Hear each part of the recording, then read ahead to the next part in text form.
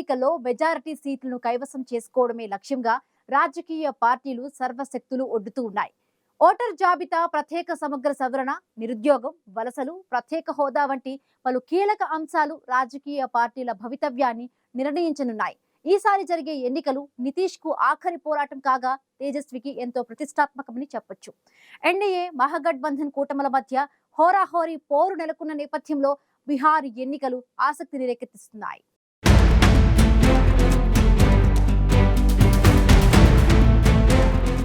Bihar assembly ఎన్నికల్లో పలు కీలక అంశాలు రాజకీయ పార్టీల భవితవ్యాన్ని నిర్ణయించనున్నాయా అంటే అవుననే సమాధానమే వినిపిస్తోంది.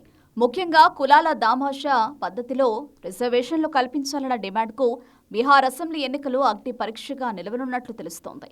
కేంద్ర ఎన్నికల సంఘం నిర్వహించిన ఓటర్ జాబితా ప్రత్యేక సమగ్ర సవరణ, నిరుద్యోగం, వలసలు ఎన్నికల్లో ప్రధాన అంశాలుగా ఉన్నాయి. బీహార్కు ప్రత్యేక హోదా కూడా ఎన్నికల్లో కీలక అంశమే. ఆయా అంశాలే రానున్న అసెంబ్లీ ఎన్నికల్లో రాజకీయ పార్టీల గెలుపోటములను నిర్ణయించనున్నాయి. మరికొన్ని రోజుల్లో జరగబోయే అసెంబ్లీ ఎన్నికలు జేడీయూ అధినేత నితీష్ కుమార్ కు దాదాపుగా ఆఖరి పోరాటమే అనుకోవచ్చు. మరోవైపు ఆర్జేడీ నేత తేజస్వికి ఈ ఎన్నికలు అగ్ని పరీక్ష అని చెప్పొచ్చు. రానున్న అసెంబ్లీ ఎన్నికల్లో ఎన్డీఏ, ఆర్జేడీ నేతృత్వంలోని మహాగఠబంధన్ కూటముల మధ్య హోరాహోరీగా పోరుసాగే అవకాశం ఉంది. బీహార్లో వెనుకబడిన వర్గాలకు రిజర్వేషన్లను పెంచిన ఘనత తమదేనని అటు ఎన్డీఏ, ఇటు మహాగఠబంధన్ కూటములు చెప్పుకుంటున్నాయి. రాష్ట్రంలో కులగణన తర్వాత కులాల వారీగా కోటా అమలు చేయాలనే డిమాండ్లొచ్చాయి.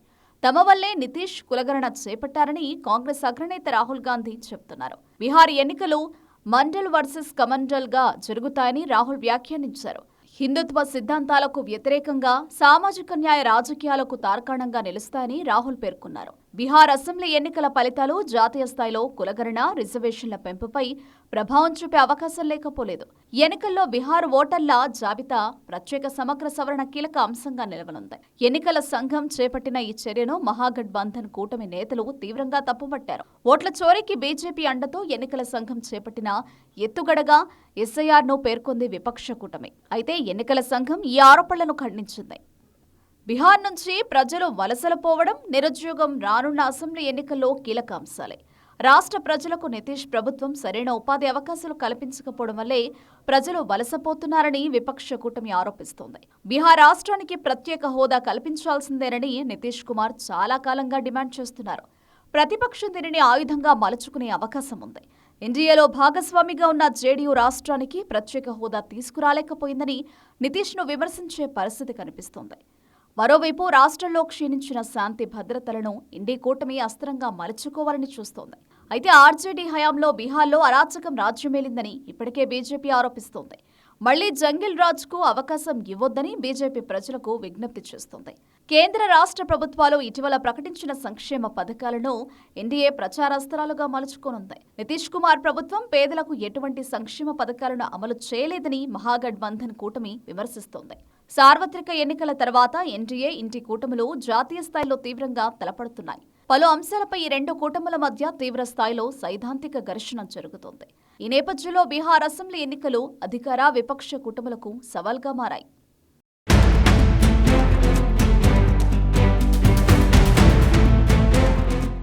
బీహార్లో మరోసారి విజయం సాధించి జాతీయ స్థాయిలో తమకున్న పట్టును నిరూపించాలని ఎన్డీఏ కూటమి భావిస్తోంది. మరోవైపు బీహార్ను గెలుచుకుని వచ్చే సార్వత్రిక ఎన్నికల నాటికల్లా బలమైన శక్తిగా ఎదగాలని విపక్ష ఎన్డీ కూటమి సర్వశక్తులు ఒడ్డుతోంది.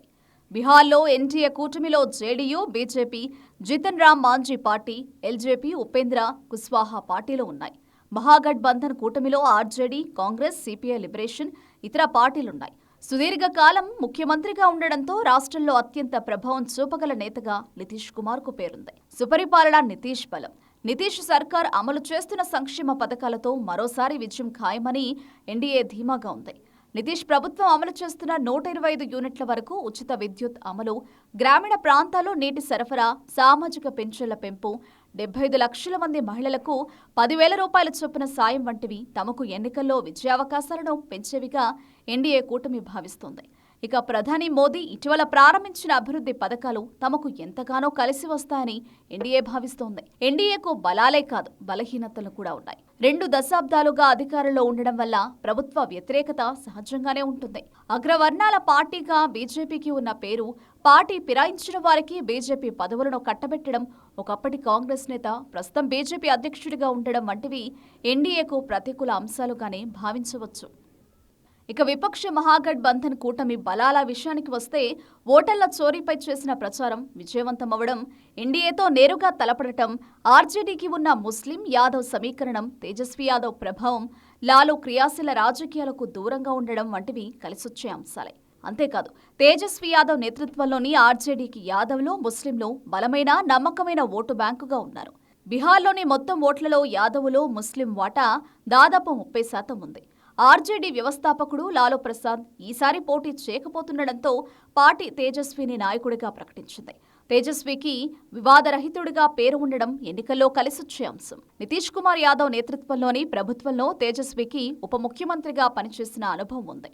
ఆ సమయంలో ఆయన యువతలో మంచి గుర్తింపు సాధించారు. బీజేపీ ఓట్లను దొంగతనం చేసి ఎన్నికల్లో గెలుస్తూ వస్తోందని రాహుల్ గాంధీ చేసిన ప్రచారం బీహార్ వ్యాప్తంగా కాంగ్రెస్ కార్యకర్తల్లో కొత్త ఉత్సాహం నింపడం ఇండియా కూటమికి ఉన్న మరో బలంగా చెబుతున్నారు.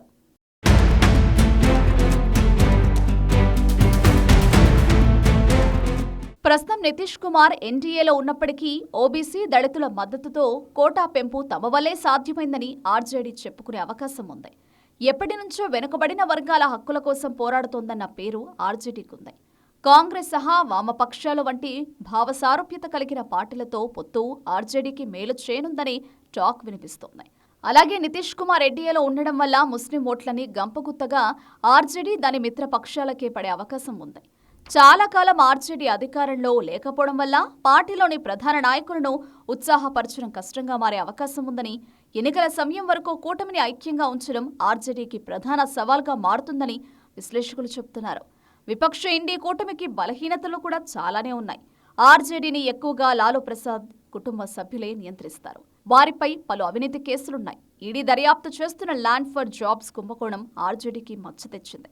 ఇక తేజస్వీ యాదవ్కు పార్టీ క్యాడర్లో మంచి ఆదరణ ఉన్నప్పటికీ ఆయన సోదరుడు తేజ్ ప్రతాప్ యాదవ్ వంటి లాలూ కుటుంబ సభ్యుల నుంచి తరచూ విమర్శలు, అసంతృప్తి వ్యాఖ్యలు ఎదురవుతున్నాయి. ఫలితంగా తేజస్వీ పార్టీని, కూటమి భాగస్వాములను నడపడం కంటే తన కుటుంబ వ్యవహారాలను చక్కదిద్దుకోవడంపైనే ఎక్కువ దృష్టి పెట్టవలసి వచ్చింది.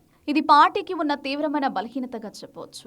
బీహార్లోని అధికార, విపక్ష కూటముల్లో కొన్ని బలాలు, బలహీనతలు ఉన్న నేపథ్యంలో ఓటర్ల మద్దతును దక్కించుకోవడంలో ఎవరు సక్సెస్ అవుతారనేది ఆసక్తికరంగా మారింది.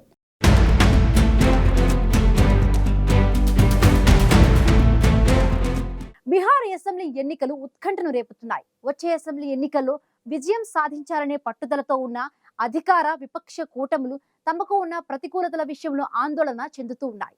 బీహార్ ఓటర్ల మద్దతును దక్కించుకోవడం కోసం ప్రధాన పార్టీలు వేసే ఎత్తుగడలు, వ్యూహాలు ఏ మేరకు వాటికి విజయాన్ని అందిస్తాయనేది చూడాలి.